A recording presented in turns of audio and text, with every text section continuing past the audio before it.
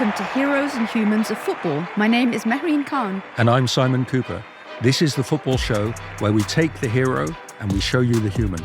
From Johan Cruyff to Megan Rapinoe. And from George Best to Kylian Mbappe. This is the Human Football Podcast. Last week's episode was on N'Golo Kante, mine and everyone else's favourite footballer. If you haven't already, be sure to check it out. Welcome back to Heroes and Humans, where our main character today is someone who is definitely not a hero. Sepp Blatter, the diminutive former Swiss wedding singer, who some people call the father of football, and has even been compared to the likes of Jesus and Nelson Mandela, is our subject today. And unusually, for once on this podcast, Sepp is also going to be featuring in this episode because, Simon, you interviewed Sepp earlier this year in one of his favourite spots in Zurich. How does he come across? I had been in rooms with him, but the only time I've sat down and talked to him was this January for Heroes and Humans at this rural cafe on the fringe of Zurich. Blatter, by this time quite fragile, he's 88, and so he climbs out of the car and he comes into the closed cafe. The main room of the cafe has been specially reserved for us.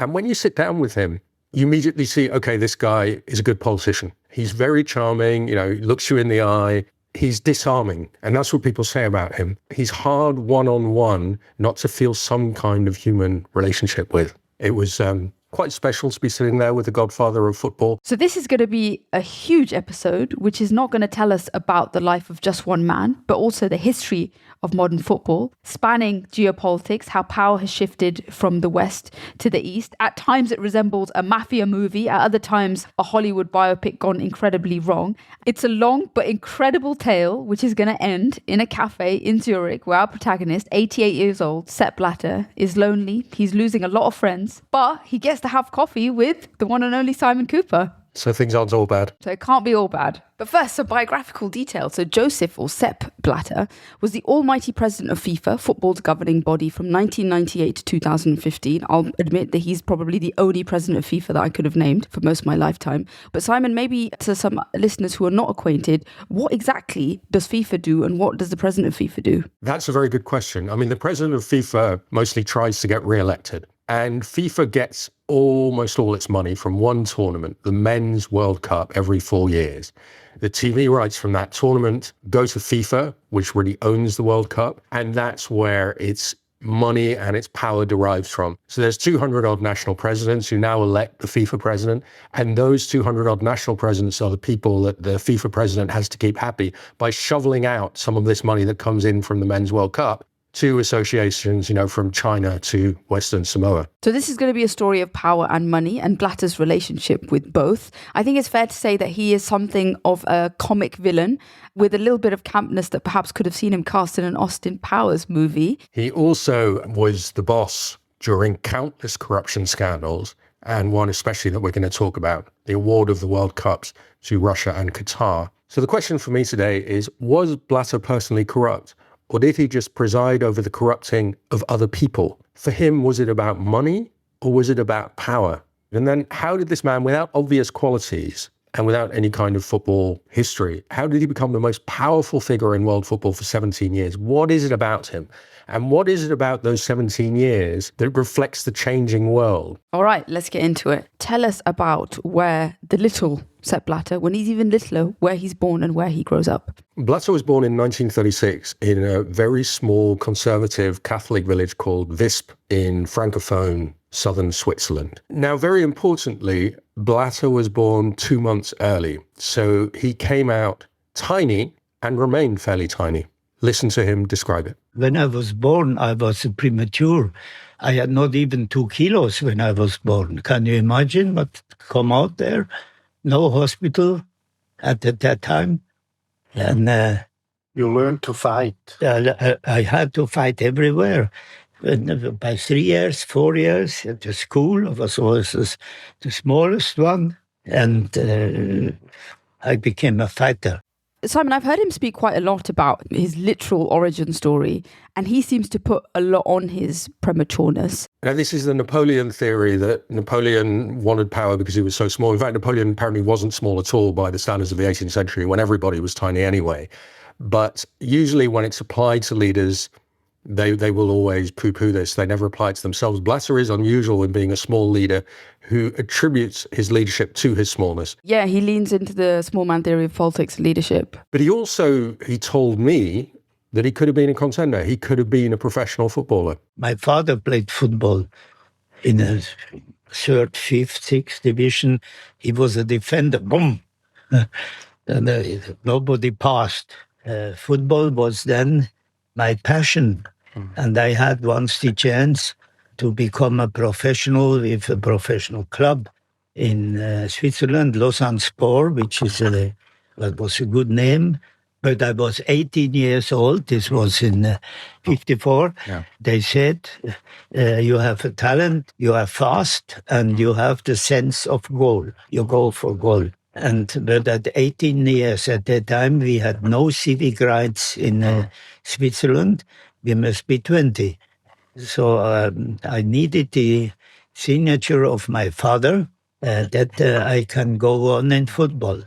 And then my father, a very good prophet, he took the paper and he crashed it and said, my son, you will never gain your living by football. He could just realize before he died in a car accident in 76, he could just realize that I have started in 76 in my football career in FIFA as a development officer. So who knows if that is true? Now, apart from speaking to Sepp, and we both read about him at length, I've leaned particularly on two books. David Goldblatt is a great sociologist writing about football, and David Kohn, Guardian journalist, wrote a very good book, Fall of the House of Blatter. And Goldblatt describes this, and he says, look, it's a small place built around a chemicals plant. That's where Blatter's dad worked, but Sepp was not going to do that. Went to university, waited tables in ski resorts, sang at weddings, and his big hero was this American actor called Eddie Constantine. I don't suppose you are familiar with him. I was not. No. I think he might have been quite a big figure in the late 40s and 50s. And although an American, he'd become a French B-movie detective and a romantic hero. So that was what Blatter wanted to be. He always kind of felt himself the romantic hero, the dashing cavalier. And he married the girl next door, but he always kept looking around, quite a ladies' man. And because he's a charmer, because that's kind of his special power, he goes into marketing, corporate PR, and Goldblatt writes, equipped with ever more garish checked suits, wide labels, and aviator glasses, Uncle Sepp moved up in the world, bringing his glad-handing and crooner's charm to the Swiss Ice Hockey Federation and to luxury watch peddlers Longines. Blatter then is already gone into sports, through ice hockey. He's kind of not far from FIFA, starts running into them. But FIFA at this point is this tiny, rather amateurish organization presided over until 1974 by this Englishman, Stanley Rouse, very kind of Victorian Englishman, believed in fair play, didn't think that Africans should play football, obviously never even considered that women might play football, very 19th century figure. And there isn't much money in football, TV rights don't amount to much. And FIFA are starting to think of themselves as a more global organization, so they want this goal development program to fund fields and coaches and so on in poor countries. And this is where Blatter comes in, because in his own telling, he meets Coca Cola and he brilliantly persuades them to sponsor this program. And I think Coca Cola, who, they're based in Atlanta in the early 70s, they're not massively soccer adjacent, but they have these meetings and finally they agree to commit about $1.2 million, so really nothing for Coca Cola, to sponsor FIFA. And this is the start of a beautiful friendship. Coca Cola and FIFA are a thing to this day. So Blatter, in this way, gets into FIFA, into this tiny, tiny organization. And Simon, there is a very, very important figure, and perhaps maybe the man who began to corrupt Sepp Blatter, which is the incumbent president of FIFA, João Havelange, a Brazilian who, on the face of it, looks nothing like our protagonist. He's tall, strapping, blonde, very charming, is almost a consummate politician of his day, and he's the one that spots Sepp and says, I want you to be helping me run FIFA as a money man. Yeah, so Havelange is this upper-class Brazilian. He'd swum in the 1936 Olympics in Berlin, come home very much admiring Nazi Germany's organizational skills, thought it was a kind of well-run country. And he is by nature an autocrat, and that's the spirit in which he runs FIFA. At one point, he said that under his presidency, the FIFA administration may be considered perfect. and everyone else is an underling. So at one point, Rupert Murdoch at the 94 World Cup tries to gate crash Havelange's VIP box to talk about football rights. And Havelange, who is this upstart? And Murdoch is expelled. So Havelange has become FIFA president in 1974, just as TV rights start to become important. People have color TVs everywhere. More people are buying televisions. And this is suddenly a very exciting source of money for football. And Havelange's promise to become FIFA president, would there be more places for African and Asian countries in the World Cup, in the Men's World Cup, the only jewel that FIFA really possessed. And so the World Cup gets expanded, other countries come in, TV rights grow, so football becomes a bit of a juggernaut. But you've still got this very tiny organization run by this autocrat Brazilian who spends most of his time in, kind of mansions in Rio. He's not always there. And there's a few Swiss like Blatter behind the scenes running the organization. And Horst Dassler of Adidas says, you know what, I'll buy the TV rights and I'll sell them to television stations around the world because obviously I'm much more sophisticated commercial operator than anyone at FIFA. So Dassler kind of is a power base within FIFA and he's a mate of Blatter's. And of course there are bribes. So if Dassler buys TV rights from FIFA, Havelange takes a kickback. And Havelange flies these suitcases of cash that he gets from Dassler first class between Rio and Zurich. When this is exposed much later, Havelange, by then in retirement, age 97, has to resign as honorary president of FIFA. This is about 2015, and he dies aged 100, having been disgraced for these bribes. But in the 70s and 80s, nobody really is bothering FIFA because you don't get many journalists covering that. And Switzerland loves having all these sports organizations like FIFA, like the International Olympic Committee. You can do what you like. I don't think the Swiss even have a law against bribery. And these organizations are run by this cast of young Swiss administrators. And that's Blatter. So Blatter comes into FIFA in 1975, and he's a workaholic. He's not just charming, he works harder than anyone else in the organization. He's first into the office every morning, he becomes a technical director, and he seems like a boring bureaucrat, but he's a kind of useful man to have around. This little guy who's always friendly, speaks every language, and Havelange just starts giving him stuff to do. So, Simon, we're painting a picture of an organization that when Sepp Blatter enters it is already perhaps awash with money, and one that perhaps, because it's based in Switzerland, the home of banking secrecy, there isn't a huge amount of scrutiny around. And Simon, you also have a theory about how this very small organization is being run akin to the early Communist Party and why Sepp Blatter is a Stalin-like figure. Yeah, so the Russian Communist Party in the early 20th century, tiny organization. You have this rather boring guy, Joseph Stalin, Joseph Blatter. Stalin becomes general secretary of the party, he does the boring paperwork. Trotsky's the fascinating ideas man, charismatic, great writer, public face. Who ends up running the organization famously? It's not Trotsky, it's Stalin. Because having control over every piece of paper, knowing exactly where the bodies are buried, putting in those hours being first in the office, like Stalin, like Blatter, that is power in a small organization. And this is how Blatter will end up rising to the top. This little guy who never played football, who doesn't appear to be a great leader, he will win the race. So how does this little notice bureaucrat jump to football's biggest job and manage to run FIFA for a spectacular 17 years? Join us after the break to find out.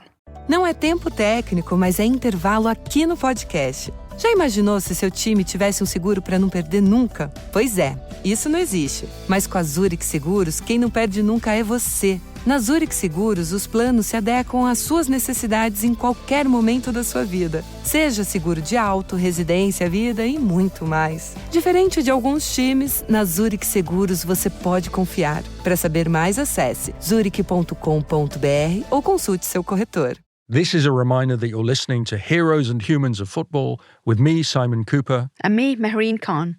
Welcome back to Heroes and Humans. And you join us now in 1998, where João Havelange, who is this towering figure that's been running FIFA and developing FIFA into one of the world's most powerful sporting organizations, is about to end his tenure at the top of global football. And this means we're getting an election. And our guy, Sepp Blatter, who's already once tried and failed to become president of FIFA, is going for it again. And Simon, as we know, when there's something to be won and when the stakes are high, there's lots of money pushing around FIFA. What happens in 1998 and how does Sepp Blatter eventually get the job that he's been dreaming of? Well, his opponent is a Swede, Lennart Johansson, who had made racist remarks in an interview, which were then widely quoted around the election. Really quite ugly remarks. So Johansson was not really going to get many African or Asian votes. Blatter, in the Havelange tradition, realizes, okay, the best football teams are in Western Europe and South America, but most of the votes are in Africa and Asia. So those are the people I'm going to court. And then this country comes in, a country that most people at the time have never even really heard of, Qatar. Never played a role on the global stage, already have a lot of oil and gas. And the Emir of Qatar has begun to think about football. So he flies about $1 million in cash, which a Qatari emir might spend on a, holiday weekend. Flies $1 million on cash on a private jet to Paris.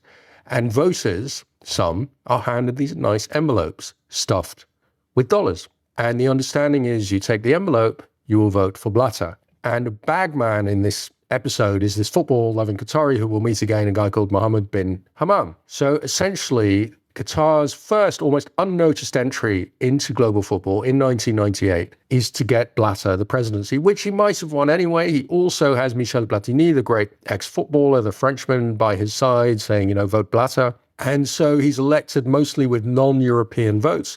The Africans and Asians think, well, he's going to do what Havelange did. He's going to keep spreading TV money our way.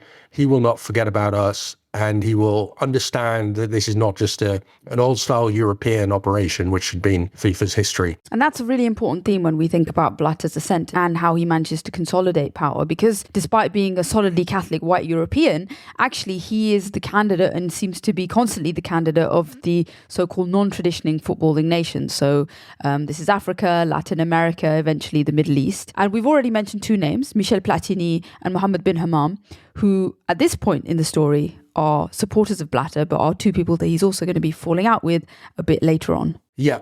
I mean, in this power game, you don't have friends, you have temporary allies. The voters in this 98 election are the presidents of each national federation. Now, some national federations are these huge organizations, very bureaucratic, the English FA, the German Football Federation, China. And then you have these tiny organizations like one Caribbean island with, 1,000 people playing football will have one vote at the FIFA Congress, the same as Germany, the same as China. So a lot of these federations have no money, nothing. They have a league, it's not on TV, there's no revenue stream of any kind. There are federations in Africa that don't even have a telephone in 1998. So they desperately want a little chunk of these World Cup riches, the TV money that's flowing into FIFA. And that's what Blatter is promising them. But he's also saying, essentially, to each president, here's an envelope with fresh dollars. Now, if you want to use that envelope to develop football in your country, to build a field, say, be my guest, that's lovely. If you want to use that envelope for private purposes, be my guest as well. Entirely up to you. Nobody's ever going to check on what happens to these dollars. So that's kind of the Blatter patronage system. Money is handed out to 200 federations. For Germany, the World Cup TV rights are not very important. For Chad, they're life-changing. And so the presidents of these federations often control the organization by themselves. They're all these mini autocrats. So a lot of this money will disappear into back pockets. Blatter understands this, but that's sort of part of the game. You're buying people. And once Blatter does get the top job in 1998, he oversees an explosion of money coming into FIFA from very lucrative sources like commercial revenues and TV rights. Yeah, so this is also an era when globalization is sprinting ahead. The Berlin Wall has fallen, China's opened up, the internet has come along, TV sets are proliferating really everywhere. And so football is becoming, for the first time, a properly global game. People in China and India and the US are starting to watch it. So that means an enormous amount of money in TV rights and sponsorship revenues. For example, in the 4 years through 1998, FIFA's revenues are $308 million. In the 4 years through 2014, the revenues have jumped to 5.7 billion. So the revenues have risen about 15-fold in 16 years. And it's also worth remembering that Sepp Blatter also has this kind of geopolitical instinct, a diplomatic instinct, where he thinks that football is going to bring peace to the world.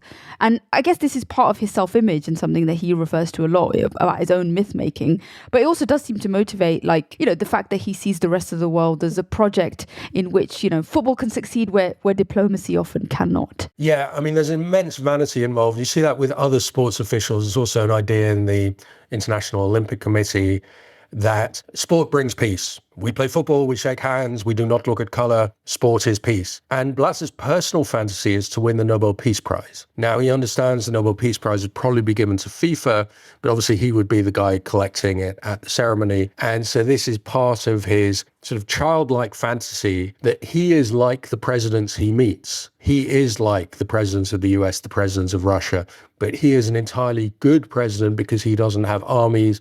He brings peace through football and handshakes. He was once introduced at an event by the president of the Dominican Football Federation as, I quote, combination of Jesus, Moses, Nelson Mandela, and Abraham Lincoln all rolled into one. I couldn't have put it better myself. I know. But now we've mentioned the Dominican Republic, I think it's worth introducing another central character in our story from the Caribbean islands, a man called Jack Warner. And I think of all of the characters we're going to be speaking about, he really stands above the rest when it comes to sheer rotten avarice and corruption. Jack Warner is the head of something called CONCACAF, which is the joint federation of footballing nations from North America, Central America, and the Caribbean. And this means that he commands lots and lots of votes. Simon, tell us about the figure of Jack Warner. Yeah, Jack Warner sort of embodies the corruption of FIFA. He's from Trinidad and Tobago. He's the son of an alcoholic. He was a school teacher, and he rises to become this global political power broker. He's president of his country's football federation, and he's a political genius, like Blatter in a way. And he puts together this block of 31 mostly tiny Caribbean national associations.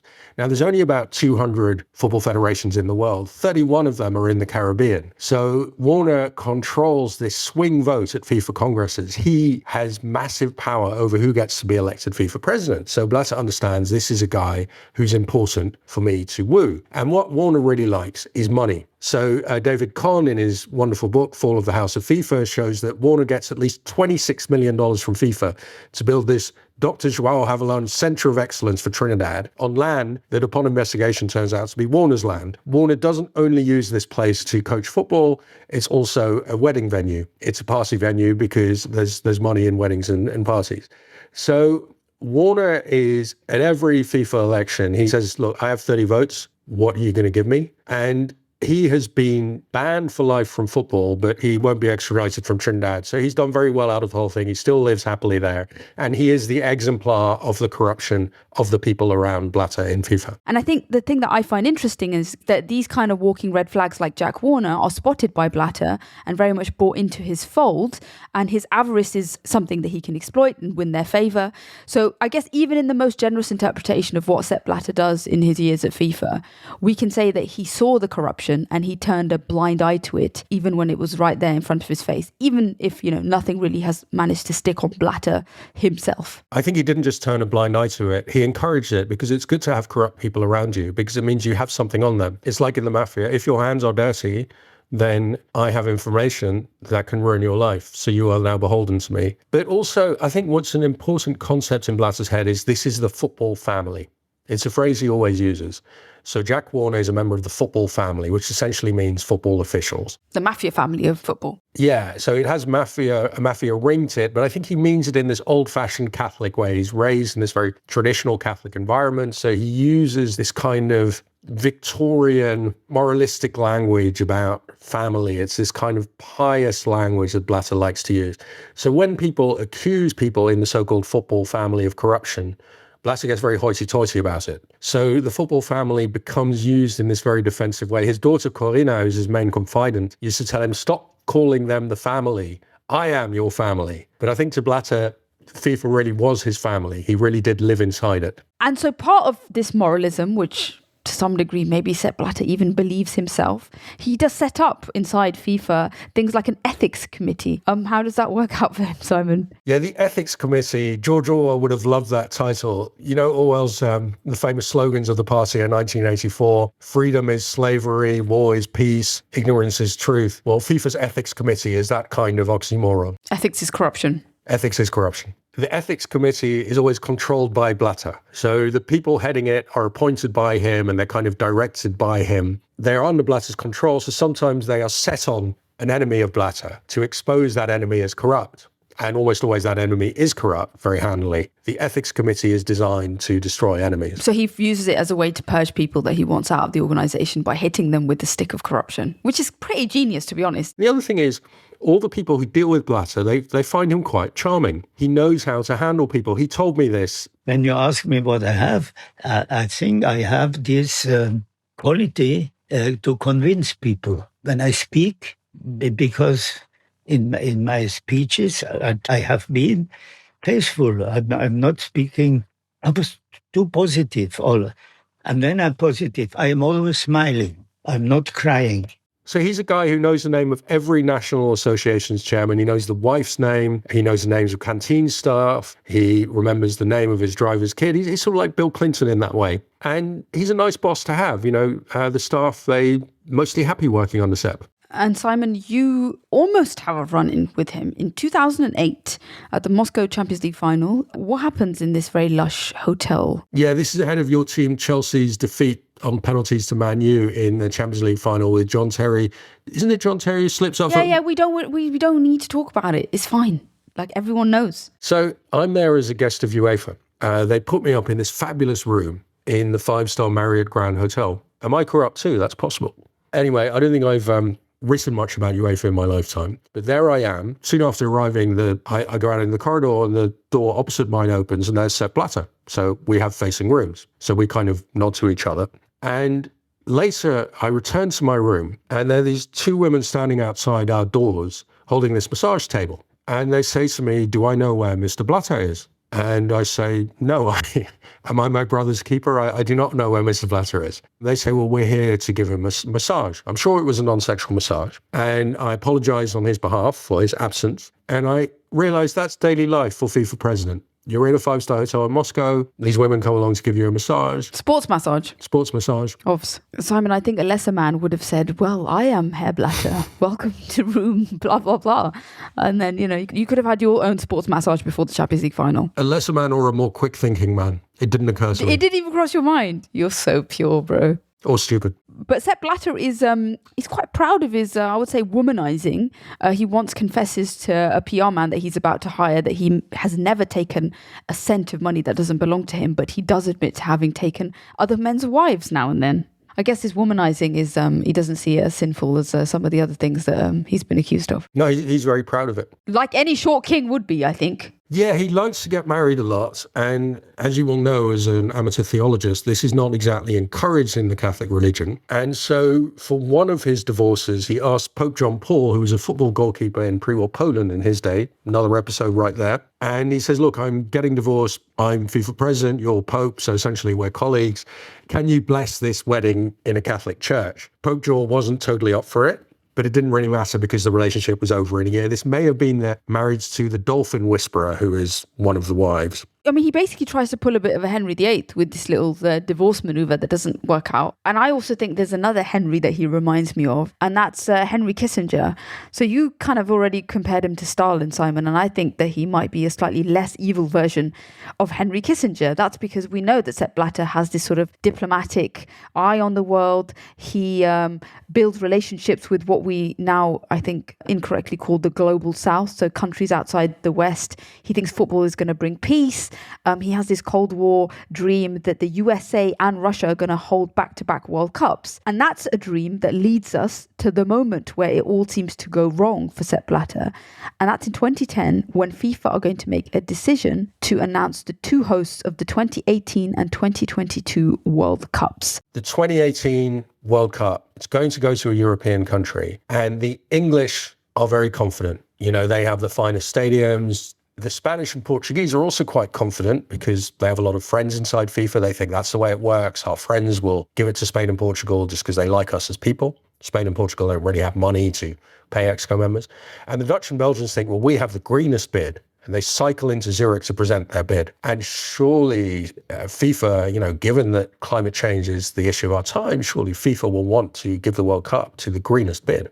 It doesn't happen. I'd been covering the bidding for years, really. So I would go to these conferences where you'd meet lobbyists for the various bids. You'd sometimes meet an ExCo member, or you'd meet the president of a country that was bidding to host the World Cup. And so you'd have these backroom conversations with these people over whiskey about how they saw it going. And so I formulated all this, I put this all together in my head, all these conversations. I wrote a piece for the Financial Times just before where I kind of put together what I'd understood, which is Russia's going to get the 2018 World Cup. And then for 2022, my impression was it's going to be the US, the biggest sports markets in the world. And so FIFA had done this evaluation report on all the bidders. And the one country that the evaluation report said it couldn't really go to was Qatar, because the country was too small to host a World Cup and it was too hot. In some way, the heat would be a danger, not just to players and spectators, but also to the football family. Football officials would not have a great time in 50-degree heat going around a World Cup, and given their age, most of them would probably die. So one thing I was very confident about, I wrote in the Financial Times about 3 days before the vote, is that Qatar would not get it. And England, of course, is also very hopeful of getting the 2018 World Cup. I mean, I didn't think it would happen, but they were confident enough that at the vote in Zurich that day, on the stands are David Cameron, David Beckham, and Prince William, England's dream team, who through their sheer charisma were going to impress the FIFA Executive Committee members to vote for them. But the Executive Committee, as you say, is key. And who are these guys? There were 24 of them. But before the vote, 2 had already been banned because they'd been exposed as corrupt and looking for money for their votes. And a lot of them know, well, I'm not going to be alive even in 2022, so who do I care who gets it? What's in it for me? And a lot of the bidders are very happy to shower money on them, legally or illegally. So you have these 22 guys meeting in the bunker in the FIFA house that Blatter has built. David Goldblatt has this brilliant description of the bunker. It's 20 meters below the earth. There's no Wi-Fi or mobile phone reception. And the boardroom is this windowless black box with a floor of lapis lazuli. It's furnished in this incredibly expensive high modernist furniture, black leather chairs. And Goldblatt says the aesthetic is part Bond villain lair, part Dr. Strangelove crisis committee. So picture these 22 old men with their reptile skin sitting around drinking whiskey, deciding on the destination of these 2 World Cups in one day. And I guess it shows that, there could have been a theory that, yeah, sure, whoever pays the most will win. But it would be such an overreach, such a ridiculous thing to do for FIFA, such a hit to its credibility to give a World Cup to Qatar, that they would never do it. And actually, that turns out not to be true. And Blatter himself doesn't want it to go to Qatar for exactly that reason. He thinks it will be damaging to FIFA if it goes to Qatar because there's not a football reason to have it in this tiny, hot country. And so Blatter thinks for the future of FIFA, it's better that it is in the US. And he backs a World Cup 2022 in the US. But what's happening, and he sees it, but he can't quite control it, is the process of Easternization. Easternization is the title of a book by my FT colleague and friend, Gideon Rachman. He's talking about the shift of power in our century from west to east. And Easternization kind of reaches its symbolic peak that day in Zurich, December 2nd, 2010, when the Western traditional powers, often English-speaking powers like England, Australia, the US, realize we don't matter anymore. And one of the first people to spot this is Sepp Blatter. Now, Blatter is a very important figure because somebody told me, a Swiss told me once, there's this Swiss concept of der Portier, and it's a very Swiss figure, and that's what Blatter is. Blatter is der Portier.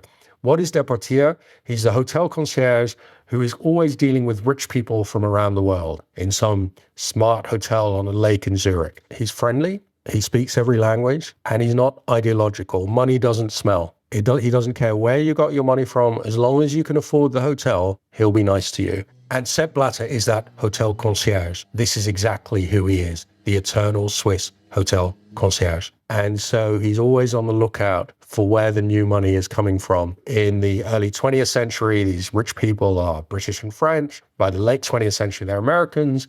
And then in the 21st century, the portier notices a lot of the rich people staying in his hotel spending the big money are Russians, or they're Saudis, or Qataris. So the Swiss, being a country where money moves through, are very alert to the shifts in global financial power. So Blatter, because FIFA is a global organization, is very aware that the West doesn't matter the way it used to, and that the Gulf and Russia are where the money is at in around 2010 when they have that vote. And so the award of these two World Cups is a kind of dramatization of the decline of the West, which is one of the hallmarks of our political era. So the lunch where probably the destination of the 2022 World Cup is decided is at the presidential palace in Paris, at the Élysée Palace. And it involves Nicolas Sarkozy, who's then president of France. And Blatter explains this to me because I asked Blatter what exactly is going on inside the executive committee just ahead of the vote. What is the thinking? And he says, essentially, it had been agreed that the 2022 World Cup was going to go to the US. Now listen to this clip. Then there was a discussion inside the executive committee, and we have said, okay, then the next World Cup in 2018 shall go to Europe. And by the rotation of the World Cup, the 2022 shall go to CONCACAF, North America. And the EXCO members agreed to this. There was a gentleman's agreement. That was a general acceptance. It was not written down, but everybody was happy. And everybody was so long happy until it was less than 10 days before the decision is taken. There was a meeting in Paris by the head of state of France, Sarkozy, with, at that time, he was the heir apparent of Qatar. Now he is the emir of Qatar. Let me just clarify here. Around the table at the Élysée are the French president Nicolas Sarkozy, the son of the emir of Qatar, and Michel Platini, the Frenchman who at that point is head of UEFA, the European Football Association. They had a lunch, and in this lunch, and now I say what Platini told me, Platini was invited at the end of the lunch. And then the next day he phoned me and said, Sepp, now we have problems. I said, why? Because perhaps it will not work as we have agreed. Why? Then he said, my head of state, my president, has asked me that I should vote for Qatar. Then I asked him, he said, you have to vote. No, it was not even a recommendation. He has only said, if you and your followers, you could vote for Qatar, it would be nice. And then I said, yeah, and then what you have said? Then he said, what would you say if your head of state would ask you such a question? I said, this question is not feasible in Switzerland because we have no head of state in Switzerland. Well, and then he said, it is now possible that you cannot count on 4 votes. I knew the result, that they go to Qatar. And I say it, and I confirmed it at that time, that this was an error to go to Qatar. So Platini and the Europeans voted for Qatar because of Sarkozy, but there were also people who were paid to vote for Qatar. Some EXCO members took money to vote for Qatar. I don't know that. I don't know. And Platini had walked into the Élysée that afternoon planning to vote for the US. That was the plan agreed with Blatter and the others. But then Sarkozy leans on him to back Qatar instead, because Sarkozy says what's at stake here are trade deals between France and Qatar. France, after the 2008 crisis, is out of money. Qatar has all this money from oil and gas. They need Qatar. And Qatar is going to save French football. Qatar is going to buy Paris Saint-Germain, which, as we know, happens. And Qatar is going to buy the television rights to the French league, which nobody else wants. So Qatar is essentially going to subsidize French football. So Sarkozy says to Platini, you have to vote Qatar. So Platini shifts the block of European votes, 4 votes from the US to Qatar. Everybody is happy. Qatar is now going to fund French football. But Blatter is not happy. Blatter doesn't want Qatar to get the win. But because France is dependent on Qatar and because a lot of the ExCo members, for personal reasons, want to vote for Qatar, the new money from these two rising autocracies at that point, Russia and Qatar, decides the World Cup vote. Vladimir Putin that day is the big winner. He's not in Zurich for the votes. He doesn't want to be there in case he loses. Obviously, a humiliation he would not be able to bear. But he's waiting in the nearest bit of Russia to Europe, just waiting to fly in and bask in the glory the moment Russia win. Sepp Blatter describes this to me. And Putin was expecting the decision. He was in a small enclave in Europe. Kaliningrad, Kaliningrad, ja. Ja. Königsberg auf Deutsch. Königsberg auf Deutsch, genau. Königsberg. Ja. War in Königsberg. So Putin is in Kaliningrad waiting for the decision, and when he hears it's Russia, he flies. He took the plane and he was here, and he came still to the Hallenstadion where we had and he had a press conference there. But you must have dealt quite often with Putin. You must have had meetings with him before the World Cup. I have met him since years, and they organized every year a youth competition in January, international youth competition, and that I met Putin, and we had good contacts together. He invited me, because this was in January, to go to a center. We were in Petersburg always with this tournament, somewhere in the winter sport, and he gave me skates for skating. I could skate, but afterwards he said, you should keep yourself, you play hockey. And I said, no, I play hockey. But he played hockey. He was there. So we had a friendly contact. I would say with the benefit of hindsight, giving the World Cup to Russia only a couple of years after it invaded Georgia in 2008, and then Putin bestrides the world stage with an early invasion of Crimea, and then we end up where we are today with Ukraine. But actually, in 2010, in that room, it's the decision to give Qatar the 2022 World Cup, which elicits the most outrage and the most disgust from the world's footballing community, Simon. I think it's a very important moment also because we see here how these autocracies start to buy Western elites with their money, especially in cities like Paris and London. London becomes known as Londongrad, with all this Russian oligarch money flooding in, including from your mate Roman Abramovich, who in Zurich is sitting in the audience grinning as Russia is awarded the World Cup. The British Conservative Party starts to get a lot of funding from rich Russians. So Russia and Qatar essentially paying for their World Cups, legally or otherwise, is a bigger story about how money is changing the world. So there's two striking examples of Easternization that day. Two World Cup hosts, first Russia and then Qatar.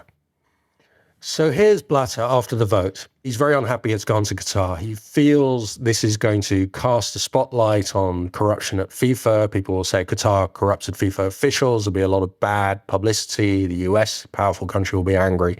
So he's unhappy about that. He told me that he probably should have resigned as FIFA president soon after that vote, not stand again and just say, look, I've done a brilliant job and now I'm going. It's a nonsense to say what you should have done. Because time is running and you haven't done it. So it's also nonsense to say it was a big mistake. It was an error, definitely an error. But the life is going on and I'm still there now. Yeah. And Blatter's a power animal, so he does run again for president. In 2011, this time his opponent is Mohammed bin Hammam, the Qatari who'd been his bagman handing out the envelopes with money when Blatter was first elected president in 98. And he realizes, everybody realizes in FIFA, the guy you have to do the envelope thing for is Jack Warner. So bin Hammam and Warner organize this conference at a luxury hotel on one of the islands, and all the Caribbean Football Association presidents are flown in, and they're given these envelopes by bin Hammam. And the message is obviously at the FIFA Congress, you'll vote for bin Hammam for president. So Blatter's ethics committee, controlled by Blatter, gets bin Hammam banned before the vote. Quite rightly, because bin Hammam was handing out envelopes. But the consequence is that Blatter runs unopposed for FIFA president for re-election in 2011, like he's in Kazakhstan or something. He's very much like one of the autocrats who are rising in the world. He doesn't control a country, but he controls something bigger, which is global football. Then he runs for president one last time in 2015. And this is where we come to his downfall. It starts in the magnificent Beau-Lac Hotel. I think it's just outside Zurich. It's a 5-star hotel. And they're holding a FIFA conference at the Beau-Lac to re-elect Blatter as FIFA president. And this is where it will all go horribly wrong. This is the fall that he will spend the rest of his life brooding over. And it all starts with an obese American called Chuck Blazer. Now Chuck Blazer, R.I.P. So it's difficult to give people a sense, if you haven't already seen him, what kind of character Chuck Blazer is. I think if you wrote him, people wouldn't believe it in the script. So he's 28 stone, so 400 pounds for our American listeners. Chuck has to go around New York in a mobility scooter where he lives in Trump Towers in a massive penthouse apartment because he actually can't walk. And sometimes when he's really pissed off, he just crashes into stuff. But Chuck Blazer, a bit like Jack Warner, goes around skimming off the riches of FIFA to the world's greatest hotels, enjoying the world's best hospitality. I should briefly recount my only encounter with Chuck Blazer. I think it was just before that FIFA big vote for the World Cups in 2010. It's at a film festival in New York. There's a soccer film on, I'm there. And there is Chuck Blazer. I'm introduced to him, and he's a guy sitting in, the most obese person I'd ever seen in my life, sitting in a mobility scooter. And of course, I know something about his reputation. And when you meet someone for the first time in one of these social events, what do you say? And so I say, stupidly, Chuck Blazer, what's it like to be Chuck Blazer? Is that your chap line? That was my shut up line. And Chuck leans back at his mobility scooter, gives this big smile, and he says, it's pretty good, actually. And he was quite right. At that point, it was pretty good, actually, with his 2 apartments in Trump Tower and his bank accounts. But Chuck Blazer is important because now we're introducing Americans in our story. And Americans are going to be very important in the eventual downfall of FIFA. How does it all play out? And how does Chuck Blazer become an FBI agent, Simon? The votes for Russia and Qatar provoke a lot of newspaper stories about corruption in FIFA, about bribes having been paid to football officials. Now, this becomes the US's business because some of these football officials are dumb enough to park their money in US bank accounts. Now, top tip to our listeners, if you are going to do corruption, don't put the proceeds in a dollar account in the US because then the US can come after you legally. The FBI can be on your ass. If anyone knows about the IRS, you know that they chase you wherever you go in the world. Some of these officials are so stupid that they do their banking in the US, especially in Miami. Caribbeans like to go to Miami. I know my mother-in-law lives in Miami. There's a whole set of problems right there. And Miami is a place where people come to spend their ill-gotten gains. And so the FBI thinks, dubious transactions going through US bank accounts, we're going to investigate FIFA. And they investigate whether FIFA is a so-called RICO, which is a racketeering influenced criminal organization. And a RICO is typically a mafia. Sounds pretty accurate, to be honest. And who's their source? It's our friend Chuck Blazer, because Blazer has been taking kickbacks. When Blazer's asked, how come you have 2 apartments in Trump Towers, he tries to imply that he got rich inventing those smiley faces, which are now emojis on social media, but used to have them as car stickers. And so he kind of gives the impression that he invented the smiley face and made a fortune from that. This is not correct. He made his fortune by taking kickbacks as Secretary General of CONCACAF, the Football Confederation for North and Central America. And so the FBI are onto him. One day in 2011, he's trundling his scooter down East 56th Street. He's on his way to another big dinner. His 3rd dinner of the night. Yeah, probably not the only one. And there's a tap on his shoulder. The tax authorities say, Mr. Blazer. So soon he is returned to the FIFA luxury hotel circuit, but now he is an FBI informer to buy his freedom. He's a rat. He's a rat. And he carries a recording device in his key fob, writes David Kahn, because normally you're supposed to carry your wire. You're supposed to wear your wire up your stomach. But he's too fat for that. There's no room. There's no room in the stomach area. So he carries his wire on his key fob. And through Blazer going to chat to people in hotel lounges, his old football colleagues, the FBI is gathering this info on corruption among football officials. So this is incredible. For a process of nearly 3 to 4 years, Chuck Blazer, who's still going around FIFA as Chuck Blazer, is actually working as an undercover FBI agent. And apparently under the rules of his agreement with the FBI, he has to record every single conversation he has. If he doesn't, it could mean, a larger prison sentence for him. And nobody in FIFA is any bit aware that this is happening. the culminating moment is at dawn, May 27th, 2015. Swiss police, using FBI information, raid the five-star Beau-Lac hotel where the football family of FIFA has gathered. They arrest 7 senior international football officials. The Swiss hotel staff, courteous to the rich to the very end, shield the arrested people from photographers by holding up Beau-Lac bed sheets in front of them so the photographers can't photograph them. Another top tip, if you are going to be arrested by the FBI, do it in a smart Swiss hotel because they will see you right. Blatter sees the raids as just a sign that the Americans are bad losers. They didn't get the 2022 World Cup, and so they've put the FBI on him and FIFA, exactly as he feared. He thought this was going to happen the moment Qatar got the World Cup.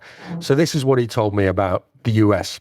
If Platini would have stood with his first, without the intervention of the politician, then USA would have had the World Cup, and then the whole organization of the FIFA would not have been in such a critical situation if the Americans, bad losers, attacked the FIFA and so.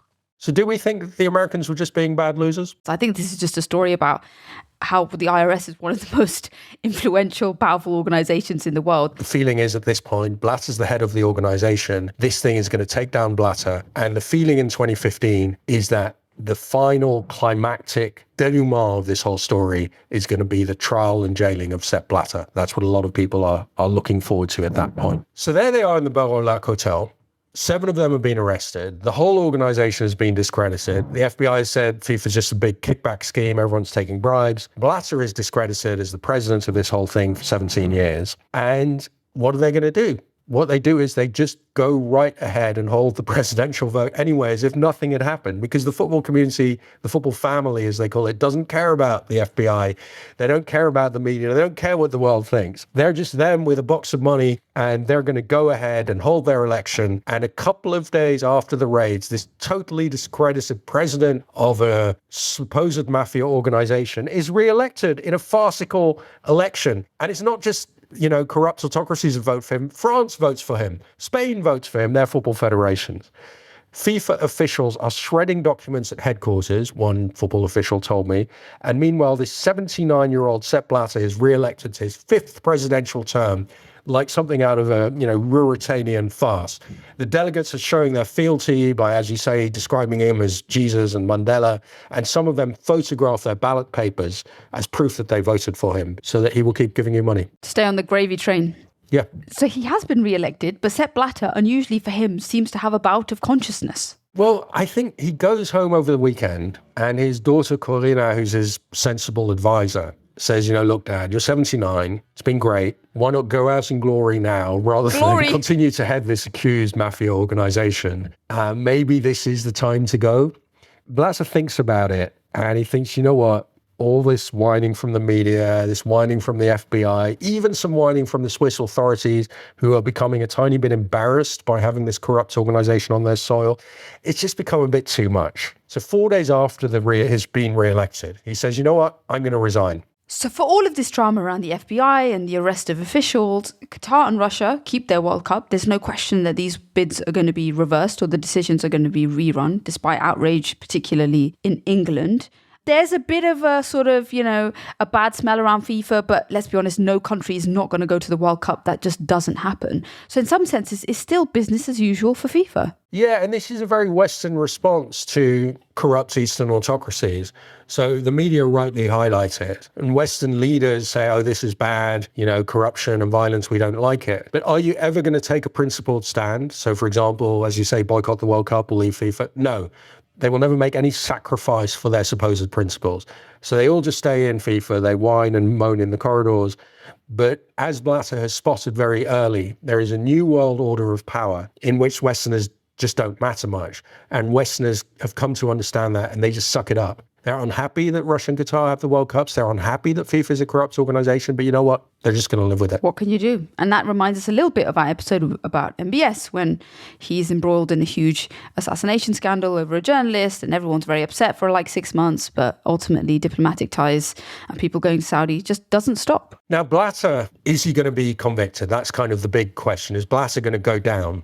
with many corrupt officials. Well, initially, it seems he might well. In December 2015, so that's 7 months after the Boer-like vote, he and Platini are jointly banned from football because there was a finding in court that Blatter bribed Platini with 2 million Swiss francs. Platini had worked for Blatter. There wasn't a written contract, all very FIFA. And at one point, Blatter just got these 2 million Swiss francs out of the drawer and given it to Platini. And that's typical Blatter, using patronage to make everyone around you just a little bit dirty. So Blatter and Platini, initially they're punished. The names are stripped from the wall in the house of FIFA, the one in Zurich. But they fight the verdict for years, and ultimately they are both acquitted. And to this day, Blatter has not been convicted of any crime all these years later. Now, a couple of caveats. A Swiss citizen like Blatter can't be extradited to the US without his permission, so that's not going to happen. He's not going to allow himself to be extradited. And he also would never have been so stupid as to bank in the United States. But it may well be that Blatter himself, and this I suspect, was never on the take. He wasn't putting money in his back pocket. But still, he's been banned from football. He realizes it's over. He actually carries out his resignation. And he steps down as FIFA president after 42 years in the organization. And this is dreadfully painful for him. He's a man of power and he's given up power. And that is just totally against his nature. And that paves the way for another not very well-known Swiss bureaucrat who's been hanging around FIFA as Secretary General to take the top job, the man who is now the incumbent, Mr. Gianni Infantino. Yeah, because at the presidential election to replace Blatter, there are various candidates, but Infantino has the best line. He says to the hall, full of football federation presidents, the money of FIFA is your money. It is not the money of the FIFA president. It is your money. And at this, the hall erupts in an ovation because this is exactly what the presidents of national federations want to hear, and they elect Infantino. And he's a kind of 21st century update of Blatter. They have a lot in common. They both have mastered this patronage system that you spread the TV money to poor federations. They both speak every language. They have this slightly awkward bonhomie. They always sound appalling in their public statements. And they both have this sense of entitlement that nobody should even criticize them. It's rude just to inquire into their financial dealings. And there are some reforms after Blatter. You know, they now actually have an independent committee, for instance, that sets the pay of top executives. And, you know, FIFA continues to operate much as it always did under Infantino. They have fewer bank accounts in Miami because people have learned don't do that. But a lot of the people who re-elected Blatter in 2015, people who are by Blatter's side for decades, these people who are eternal presidents of their national football federation, they're still around and they still want patronage. And so even though Infantino seems to be a bit of a continuity candidate with Blatter, how does Sepp feel about his successor, Simon? You asked him this in your little cafe meeting. Yeah, well, Sepp was quite sulky about Infantino. I am only astonished and surprised that out of the 211 national associations, members of FIFA, there is not one single voice against the new leadership. Not officially, unofficially, and especially not in meetings. Not one single voice.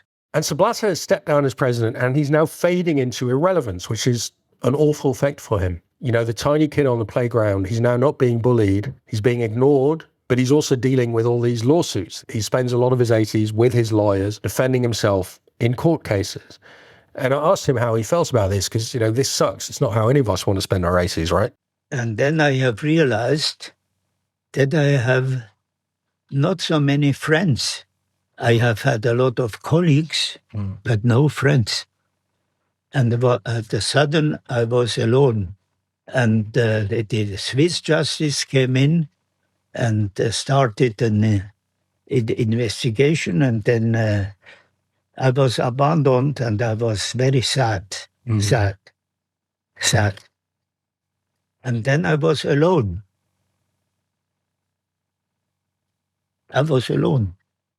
So now he's a sad old man. He's nostalgic for his old power. And he still occasionally thinks, I've still got it. And he tries to use his power. And so when Russia invades Ukraine in 2022, Blatter thinks, well, me and Putin, we're old mates.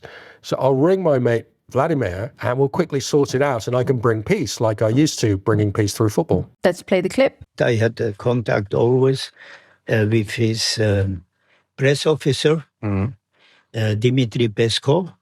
I had the number of Dimitri, and I tried then at the beginning of this war situation to try to get a contact with him. It was not possible. But why did you try to call Peskov when the war began? Why? No, I wanted to go, Peskov. I wanted to speak with the boss to ask him what is his feeling by. You wanted to reach Putin? Yeah. Yeah. Not the Peskov. I wanted to reach Putin. To try to talk him out of the war? Yeah, I would ask him, hey, what's the matter? Mm-hmm. And Peskov did not answer? He did not answer, no. No. But he received my message because it was not refused. Mm-hmm. So Blatter's becoming like everyone's kind of zany old uncle who's really obsessed with geopolitics and is probably an anti-vaxxer, which again, feeding into my Henry Kissinger style kind of portrait of this guy. He talks a lot about the fact that he, is a diplomatic man, that he's very interested in the world. And of course, with the world becoming a much more complicated and tense place after 2022, I imagine it must be super frustrating for him to be on the sidelines, because imagine being president of FIFA now. We could actually heal the world, right? He would love that. He would organise a friendly match between Russia and Ukraine and everything would be sorted. Of course. But what he realises when Peskov doesn't pick up the phone to him is that he's become a guy whose phone calls are no longer taken. This happens to a lot of powerful men when they give up power. It's a shock to them.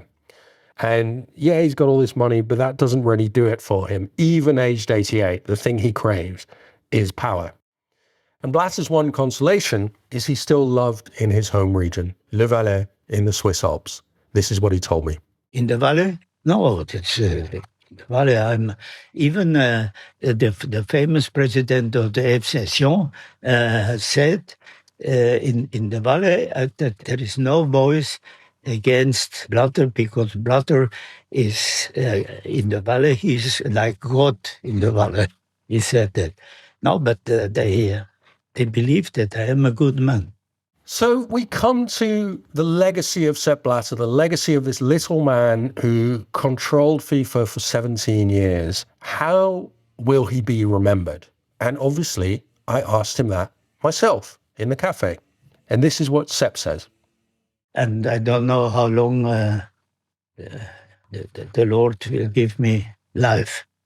But I try again. So that's my last question. Let's hope the Lord gives you a lot more life, but when it ends, what do you hope people will say about you?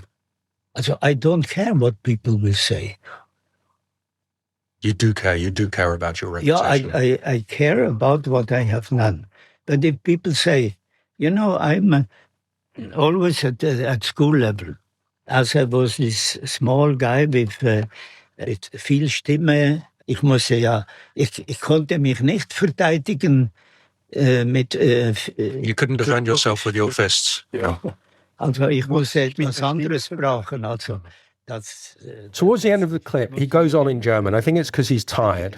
He switches from English into German because this is something really important he wants to convey to me.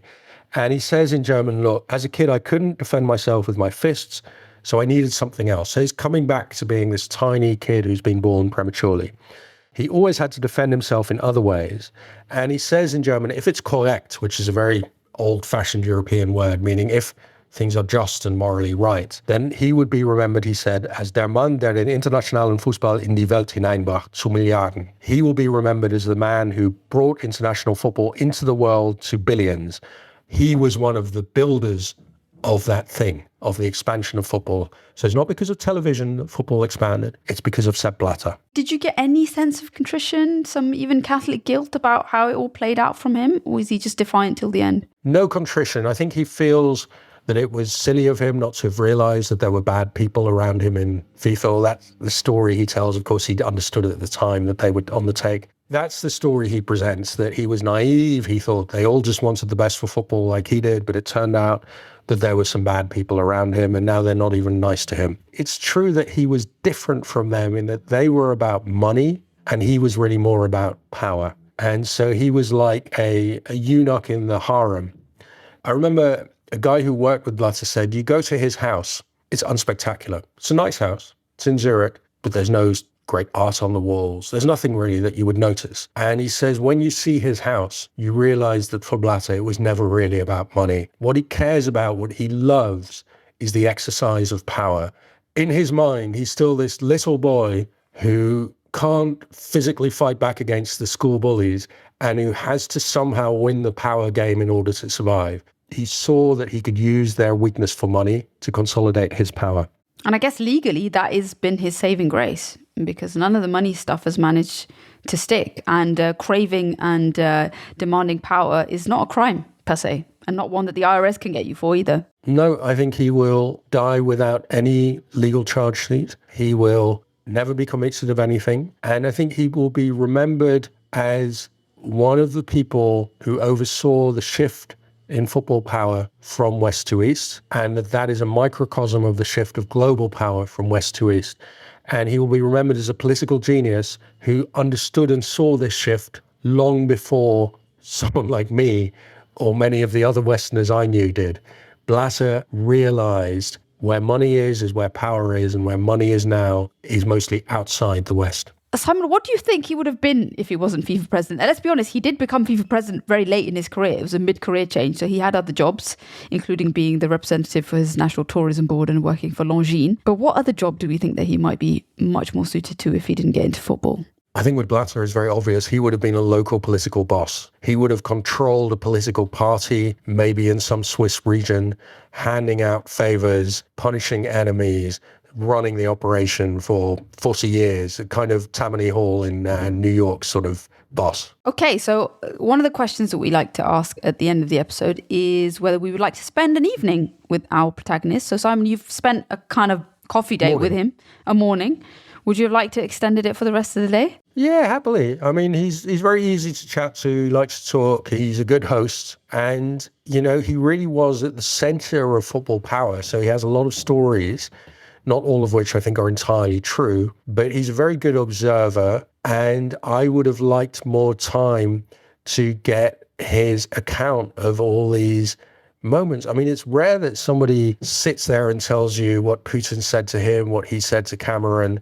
And of course, at ACAs, he's never going to hold power again. Those people are often, as you know, the best interviewees because they can speak more freely. So yeah, I would like to spend an evening with him. I had to resist while I was with him his charm. I had to try and stay cold-eyed and not think, oh, he's a nice guy. I'll give him the benefit of the doubt in all these cases. So that is the danger of spending a bit too much time with him, that ultimately you do get seduced by the charm. You have to be very careful not to let that happen. How about you, Mehreen? Would you like the pleasure of an evening with Sepp? Well, for all of the reasons that you've just listed, I would probably have to reject my invite to have dinner with Sepp. You're worried that you'd like him? I would definitely like him, and that's exactly the problem. Thank you for listening to Heroes and Humans of Football. For more information, go to our website at heroesandhumans.com. And follow us at Heroes and Humans on all social platforms. Next week's episode is the first of a double header on Sir Alex Ferguson, where we look at what made Britain's most successful football manager of all time. Be sure to check it out. This show was developed by Immaterial and produced by One Fine Play. Matt Cheney is the series producer. Kazra Firuzia is the editor and producer. We have been your hosts, Mehreen Khan and Simon Cooper. And this has been Heroes and Humans of Football.